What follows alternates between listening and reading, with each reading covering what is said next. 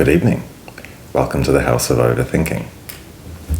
It may or may not surprise you to learn that, much like the Wicked Witch of the West, Glinda the Good plays a very small role in the original Wizard of Oz book. She was turned into the Good Witch of the North in the 1939 film of The Wizard of Oz, but in the books she is the Good Witch of the South. And we're going to read the very few pages upon which she appears now.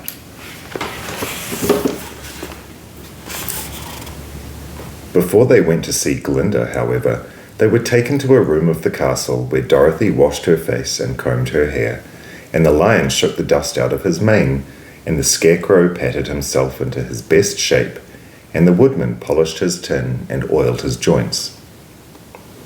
When they were all quite presentable, they followed the soldier girl into a big room where the witch Glinda sat upon a throne of rubies. She was both beautiful and young to their eyes. Her hair was a rich red in colour and fell in flowing ringlets over her shoulders. Her dress was pure white, but her eyes were blue, and they looked kindly upon the little girl. "What can I do for you, my child?" she asked. Dorothy told the witch all her story, how the cyclone had brought her to the land of Oz, how she had found her companions, and of the wonderful adventures they had met with. "My greatest wish now," she added, "is to get back to Kansas, for Auntie Em will surely think something dreadful has happened to me, and that will make her put on mourning. And unless the crops are better this year than they were last, I am sure Uncle Henry cannot afford it." Glinda leaned forward and kissed the sweet upturned face of the loving little girl. "Bless your little heart," she said.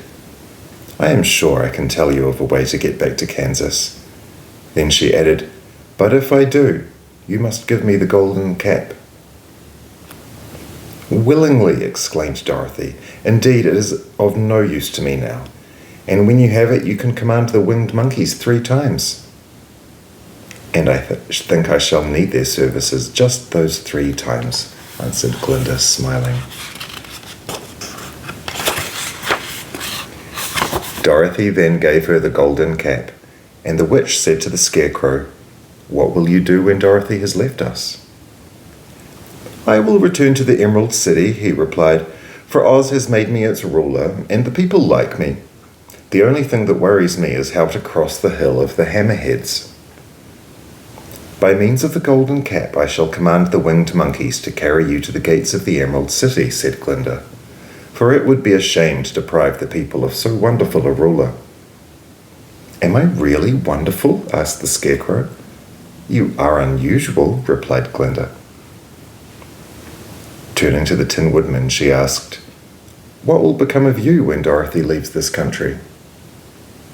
He leaned on his axe and thought a moment. Then he said, "The Winkies were very kind to me, and wanted me to rule over them after the Wicked Witch died. I am fond of the Winkies, and if I could get back again to the country of the West, I should like nothing better than to rule over them forever." "My second command to the winged monkeys," said Glinda, "will be that they carry you safely to the land of the Winkies. Your brains may not be so large to look at as those of the scarecrow, but you really are brighter than he is when you are well polished, and I'm sure you will rule the Winkies wisely and well." Then the witch looked at the big shaggy lion and asked, "When Dorothy has returned to her own home, what will become of you?" "Over the hill of the Hammerheads," he answered, "lies a grand old forest, and all the beasts that live there have made me their king. If I could only get back to this forest, I could pass my life very happily there."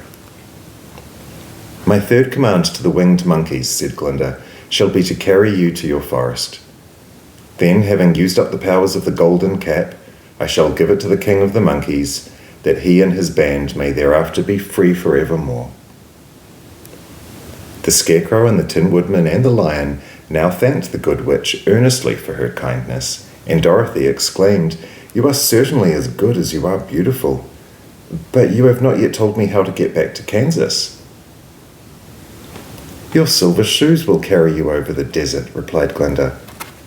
If you had known their power, you could have gone back to your Aunt Em the very first day you came to this country. But then I should not have had my wonderful brains, cried the Scarecrow. I might have passed my whole life in the farmer's cornfield. And I should not have had my lovely heart, said the Tin Woodman. I might have stood rusted in the forest till the end of the world. And I should have lived a coward forever, declared the Lion, and no beast in all the forest would have had a good word to say to me. This is all true, said Dorothy, and I am glad I was of use to these good friends. But now that each of them has had what he most desired, and each is happy in having a kingdom to rule, besides, I think I should like to go back to Kansas. The silver shoes, said the Good Witch, have wonderful powers. And one of the most curious things about them is that they can carry you to any place in the world in 3 steps, and each step will be made in the wink of an eye. All you have to do is to knock the heels together 3 times and command the shoes to carry you wherever you wish to go. If that is so, said the child joyfully, I will ask them to carry me back to Kansas at once. She threw her arms around the lion's neck and kissed him, patting his big head tenderly. Then she kissed the Tin Woodman, who was weeping in a way most dangerous to his joints. But she hugged the soft stuffed body of the Scarecrow in her arms instead of kissing his painted face, and found she was crying herself at the sorrowful parting from her loving comrades. Glinda the Good stepped down from her ruby throne to give the little girl a goodbye kiss. And Dorothy thanked her for all the kindness that she had shown to her friends and herself. Dorothy now took Toto up solemnly in her arms, and having said one last goodbye, she clapped the heels of her shoes together 3 times, saying, "Take me home to Auntie Em." Instantly she was whirling through the air, so swiftly that all she could see or feel was the wind whistling past her ears.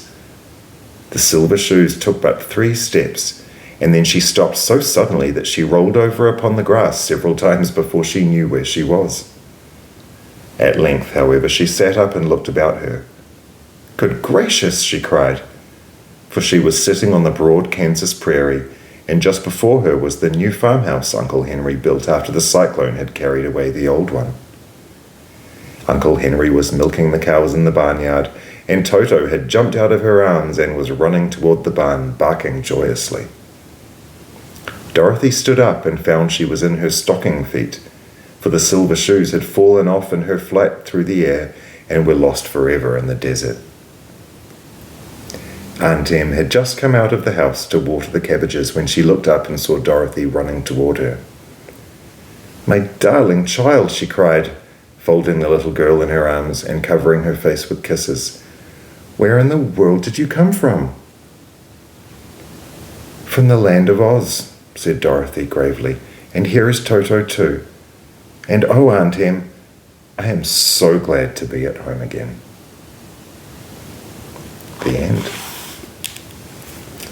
That's right, Glinda appears in only the last chapter of The Wizard of Oz, much like she did in The Wiz. I hope you enjoyed that. We will have more wicked videos soon. Stay tuned. Good night.